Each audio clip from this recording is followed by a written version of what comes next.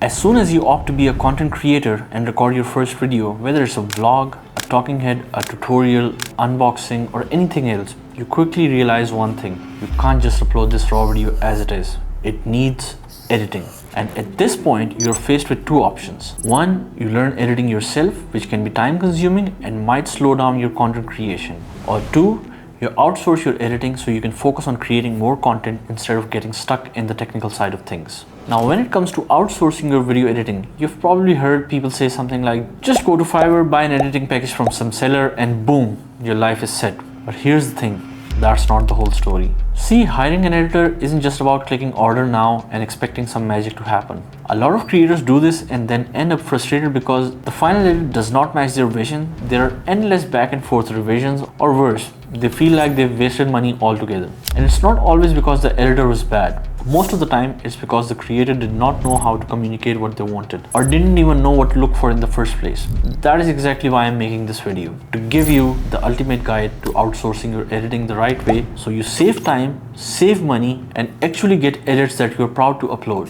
And just to be clear, this video is not about where to find an editor or which platform is the best. You're simply expected to know that Fiverr and Upwork are the go-to places for outsourcing editing. That's common knowledge. But the first dilemma you're going to face is this: there are so many editors to choose from. How do you know who's the right fit for you? And even if you do pick one, how do you make sure they deliver exactly what you want without endless revisions or disappointment? So in this video, I'll give you some tips for outsourcing your video editing so you can save time, avoid frustrations, and get edits that you're actually excited to post. Now that you've watched everything I've said so far, you might be expecting me to say, hey, I'm a great video editor. Just give your editing work to me and problem solved. Well, yeah. Honestly speaking, I was about to say that because I am a video editor with a solid track record on Fiverr and Upwork, but that's not what this video is about. So let's keep going. Let's say you choose Fiverr. That means you'll be browsing through dozens, maybe even hundreds of editors, checking their reviews, watching their portfolio samples, and then shortlisting 3 or 4 editors to start conversations with. On the other hand, if you decide to go with Upwork, you just post your job description, as Upwork's model is designed for you to post a job description and then have editors apply to you. Either way, it's not just click a button and done. You still need to spend some time choosing the right editor before any editing begins. A quick shortcut to shortlist an editor is simple. Start with their reviews. If someone has a large number of reviews and most of them are 5 stars, that's usually a green flag. It means clients are happy with their work. Next, take a look at their pricing. If you see an editor charging say $10 with hundreds of 5-star reviews, chances are they're catering to people who only need very basic cuts, trimming mistakes, and adding minimal edits. And hey, that's fine if that's all you need. But if you're looking for something more polished, maybe motion graphics, advanced transitions, custom captions, or more creative editing, you'll likely need to look for someone in a slightly higher price range. You want someone who fits your budget but doesn't feel like a lowballer. In fact, I want to show you a quick clip from Ali Abdal where he breaks down video editing pricing and why investing in a skilled editor can make a huge difference. In my experience, $50 per video gets you a really bad video editor. Yes, you can find a diamond in the rough, but you're going to spend ages trying to find there might be a 13-year-old kid in Pakistan who'll do it for $50 a video, but you're going to be going through loads and loads and loads and loads of 13-year-old kids in Pakistan to find someone who's really good at $50 per video. I think around sort of 100 to 150, you can get a reasonable editor, probably in, a country where the US dollar is particularly strong. $100 to $150 per video. That gets you a reasonable editor. When you're getting into about 200 to 300, you get a good editor. When you get to about 500, you get a very good editor. And we currently pay £1,000, which is $1,300 to our editors, which gives you world class. And just to give you a reference point from my own experience, I usually price my edits anywhere between $25 to $200 depending on the complexity of the project. For example, if you take this very video you're watching right now, I typically charge around $100 to edit it. That includes pacing, transitions, captions, and all the little creative touches that make it feel polished and engaging. This way, you get an idea of what professional editing generally costs and what your expectations should be when budgeting for an editor. Once you've picked an editor you feel good about, the next step is to actually communicate what you want. And trust me, this is where most creators mess up. A lot of people just send a raw video and say make it look good. But here's the problem. Good means different things to different people. Do you want fast-paced cuts like Mr. Beast? Do you want cinematic B-roll like Peter McKinnon? Or are you looking for something super minimal and clean? The clearer you are, the better your editor can deliver exactly what you have in your head. A great way to do this is by sharing examples. Send a couple of links to videos you like. Mention what you don't like. Sometimes knowing what to avoid is just as helpful. Explain your audience. Is your channel educational, entertainment, or more vlog based? That affects editing style too. Remember, editors are talented, but they cannot read minds. The more context you give, the closer your final video will be to what you imagined, and often even better. If you already have a branding guide, that's even better. It gives your editor a clear understanding of your exact font choices, color palette, and overall style preferences. Why is this important? Because without clear guidelines, editors often have to guess your style, and that can lead to mismatched fonts, inconsistent colors, and an overall look that just does not feel like your channel. But if you don't know what a branding guide is, don't worry.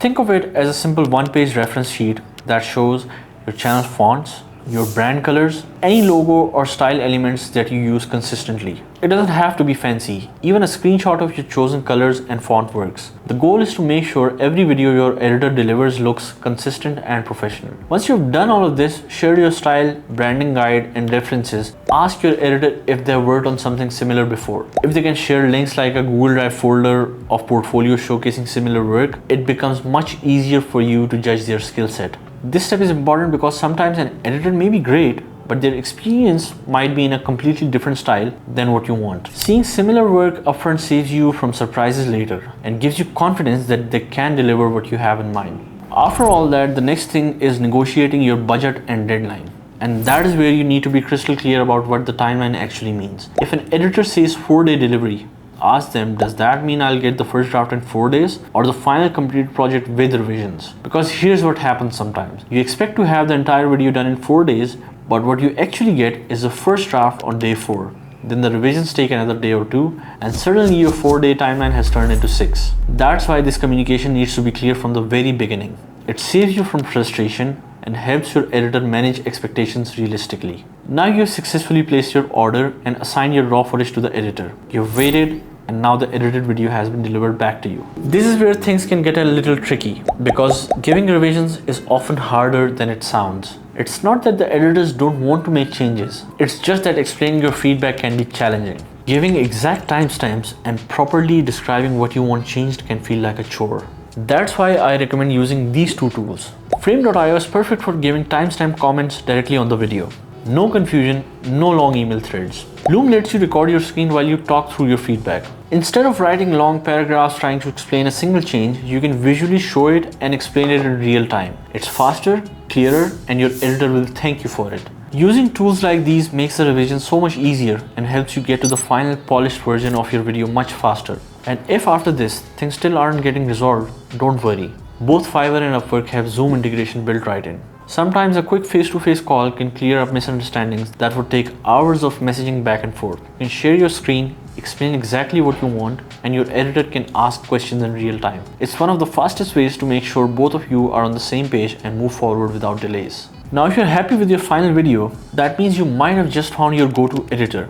At this point, you can think about retaining them permanently. Someone who already understands your style, your preferences, and your workflow. Working with the same editor over time saves you from explaining everything from scratch for every project. It also builds trust and consistency, which shows in your videos and ultimately in your channel's growth. And that's it, the ultimate guide to outsourcing your video editing.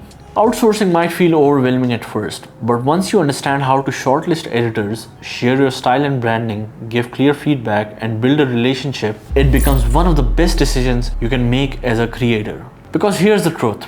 Your time is better spent creating content, growing your audience, and building your brand, not stuck inside editing software for hours. So whether you hire someone for just one project or retain an editor permanently, outsourcing allows you to focus on what you do the best, that is, creating. And to cut this all very short, if you want to skip all the trial and error and work by replacing it with someone experienced, I'm a top rated plus seller on Upwork and a level 2 seller on Fiverr, and I'd love to help you take your content to the next level. Thanks for watching, and I'll see you in the next one.